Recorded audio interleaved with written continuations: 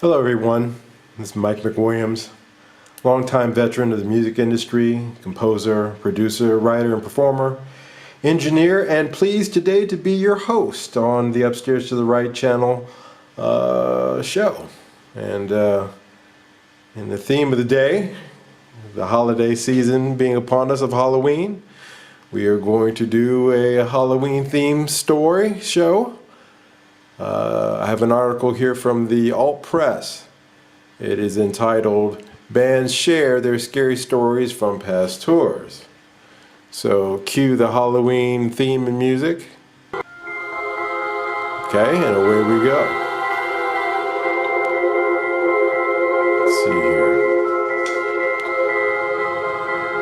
It's Halloween month because yes, Halloween does deserve an entire month. And bands have plenty of spooky stories to share, both true and untrue.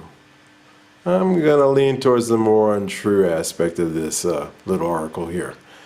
Whether it's the legend about a music venue, real-life hauntings, or scary accidental happenings, I've had a few of those on tour, bands can sometimes witness some freaky stuff. I've witnessed some freaky stuff. I don't think it's the kind they're talking about in this article, but we shall press on. We asked a few bands what their spooky stories were from tours, and here are the responses that we got. Yeah, I'm skeptical here, but we shall press on. On our very first tour, we played a venue in Newport, Kentucky called the Thompson House. It is located directly across the Ohio River from Cincinnati, and if you folks out there are familiar with this venue, let us know down in the comment section. I'd love to hear about it. The venue is basically an old Southern-style mansion that was converted into a music venue. We were not even allowed to jump or mosh during our set because the ancient floorboards might cave in. I think I know where the source of some of these ghosts may come from. Legend states that the house is haunted by ghosts, so much so that the venue actually offers ghost tours. Hopefully not during your show. The house is named after John Thompson, who invented the Tommy gun. Oh, in 1919. I see. I see where this is going. Prior to Mr. Thompson, the house was used as a Civil War era prison. The field outside is supposedly where the gallows resided. Oh, necktie parties. Sorry about that. The house, bumped the camera there. The house was also used as a stop for the Underground Railroad.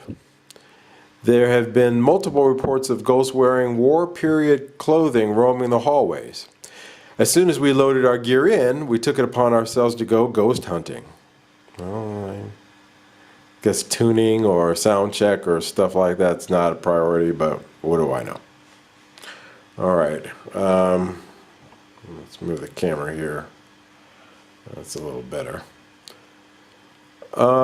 We started a few times, we were startled a few times by the creaky floorboards and the hollow groan of wooden beams supporting the house, but no ghosts were sighted, unfortunately.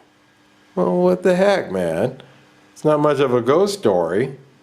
It still, however, is one of the coolest and creepiest places we've ever played. Well, they've already started out this article with a problem. You know, you want to lead with something strong, and I'm not feeling the creepiness of this. Okay? I guess we have story number 2 here. I remember playing at the Armory in Rochester, New York back in 2009. The Armory is a cool building that used to be a National Guard Armory. That's called the Armory. There was an older gentleman who oversaw the building and would always hang out down in the basement. Yeah, did he have free candy? The basement was filled with small jail cell looking rooms that would hold weapons behind locked bars. There was also a shooting range full of spent bullet casings. It was generally kind of dirty and dungeony looking. I guess so. At the time, we were an opening band on tour, so we played early evenings. So after the show, I decided to go back down and do some exploring. Okay, here we go. I went down looking for the old man to make sure it was cool that I was back down there. He wasn't in the first room where I had talked to him earlier, so I kept going deeper. Okay, we'll pass on that. And I went down the corridor full of jail cells. Now, this is about the time that any sane person would have turned around and gone back to the warmth of, the love and glow of the audience, but no, this guy decided to continue on. I would stop and look in each one. I don't know why you would do that either. This time, the cells didn't hold weapons anymore. Instead, they were full of random junk. One was full of costume jewelry for who knows what. Another was full of a bunch of manuals from the 1940s and 50s on how to properly shoot and operate things like cannons, mortars, and other weapons. Okay. Some cells were just pitch black. The air was musty and smelled like an old basement. And that would be quite a cologne, old basement. I was in one cell going through some of the manuals when I heard the old man shuffling by outside the cell. I quickly put the manual down and called out to him to let him know that I was down there looking for him. I walked out of the cell and looked down the hall in both directions. There was no one there. I really didn't think anything of it. I explored for a few more minutes and then went back upstairs to the rock show. I see. We ended the night like we always did back in 2009 at our merch booth, talking to the last of the people that were leaving the venue and working there. Yeah, I've been there and done that too. We were talking to the promoter of the show that night, and he was giving us the lowdown on the venue. Apparently the armory is very haunted and had recently been on one of those ghost hunting TV shows. That's when I remember my experience in the dungeon, calling out to no one. I got chills. I know I heard someone. That's why I called out. I wouldn't have said something if I hadn't thought I heard something. There was definitely someone or something moving down that hallway. But they weren't there when I looked out seconds later. Okay. This was by Chase Huglin, a solo artist. Here we have a short one. Mercifully. Hopefully more scary. On my first tour a year ago, I was in Estes Park, Colorado. I love horror movies and I'm a bigger fan of Stephen King novels. I was told about the Stanley Hotel, which is actually where King got his inspiration for The Shining and where he actually ended up writing the book as well. Nothing crazy spooky, but I went on a guided tour and at one point I swear I felt some cold spots in the room. It was very strange. By Jameson Teat. Is that how you say his name? Fire from the Gods, the name of his group, obviously. Yeah, JT, I'm not feeling that one. We're going to move on. Oh, here we have another one about the Thompson House in Newport, Kentucky. And the staff was quick to tell us that the venue is one of the most haunted places. Now, the staff is going around saying these things to you. Is that like, conditioning you for it a little bit? Maybe. It was owned by General Thompson, created a Tommy gun. We've been through this. The place was insanely big.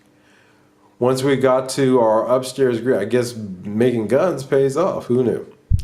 Doors would open and shut by themselves, and it always sounded like someone was running up and down our hallway, banging on the walls. We asked staff about it, and they told us that the upstairs is haunted by a little boy who was always running around the halls laughing, hitting the walls and doors. At this point, we were really freaked out. But, being the idiots we are, it didn't say were, he said are, we wanted to provoke these so-called spirits. We were constantly yelling and asking for the boy to make more noise or slam the doors. Not a good idea. Occasionally hearing a random bang on the wall, these ghosts really did us dirty by draining the power in our electronics halfway through our first song of the show. This was the most technical difficulties we've ever had during our career. Okay, I see. That's not really more of ghosts. What are those things that used to be on the airplanes? The Foo Fighters? No, those were the things that flew around the planes. Gremlins. Something like that. More of a gremlin story than a ghost story there.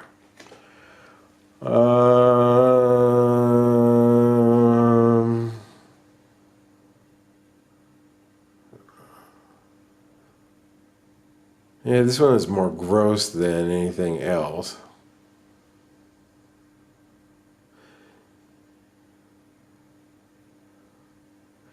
This band, Twin Atlantic, were touring the Scottish Highlands. They were playing at a place called Strathfifer Pavilion, and there was a rumor that the Beatles had played there at one point. They were hanging out post-show. McNeil felt a wisp of air blow against his ear like someone was trying to get his attention. Then he felt a hand rest on his shoulder, but nobody was there. 10 minutes later, it happened again. He likes to think that maybe it was the ghost of John Lennon letting him know he approved of their gig. Okay, that's a little bit more. Yeah, well, that's the end of the ghost stories. Gotta say, kind of disappointed in the ghost stories here. Not really spooky per se. Let me think. I have ghost stories. None of them are related to any music gigs that I had. I have played some old musty places. I've lived in some old musty places. Yeah, lots of ghost stories for some of the houses I've lived in, but really nothing for any gigs that I did. No. And I'll save the haunted house story for another show, because that'll take a little bit of time. That's a little bit more involved. Yeah, if you like today's show, don't forget to hit the subscribe button and the like button. Share it. Take a look down in the links section to see interesting things that I've posted there, and a happy Halloween to you.